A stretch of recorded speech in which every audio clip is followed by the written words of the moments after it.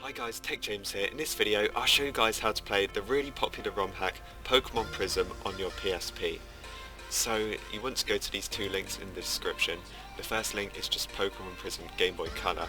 As you can see, it was updated on December 29th, 2017, so you want to grab this one right here. This will start downloading a media file link of the game. Once you've got the game downloaded, this is optional, you might already have this installed. I'm just going to download a Game Boy Color emulator for my PSP.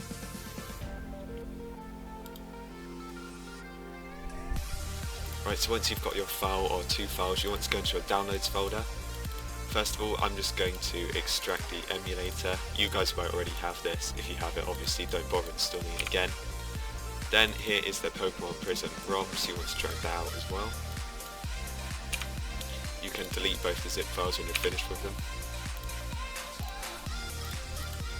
Now you want to drag your Game Boy Color ROM into the Master Boy folder and just put it into the ROM's GBC file.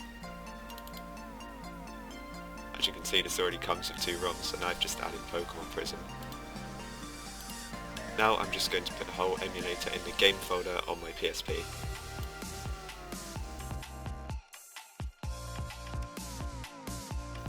Right, so that's done loading across. Now I'm going to go onto my PSP and show you guys how to launch and play Pokemon Prism. Right guys, so I'm on my PSP now. If you're still in this USB connection, just press circle to back out of it.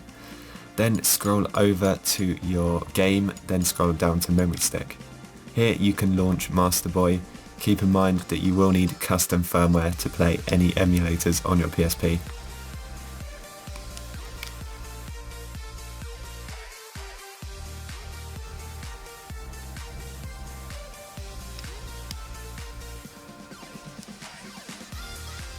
Now just press X to open the Master Boy emulator.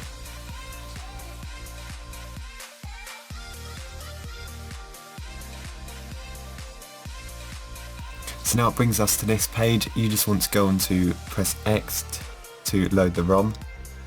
Then just find your Master Boy folder. Then go into ROM's Game Boy Color. Then load Pokemon Prism.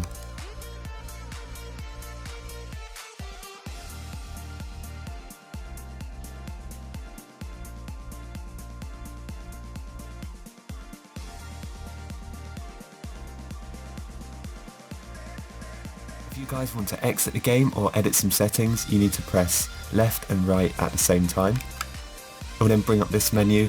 You can go into save and load game. You can change some video settings, sound settings, music settings. There's basically just loads of settings you can all edit on here. Right guys, so that's pretty much it for this video. If you enjoyed, please like and subscribe, and I'll see you guys in the next one.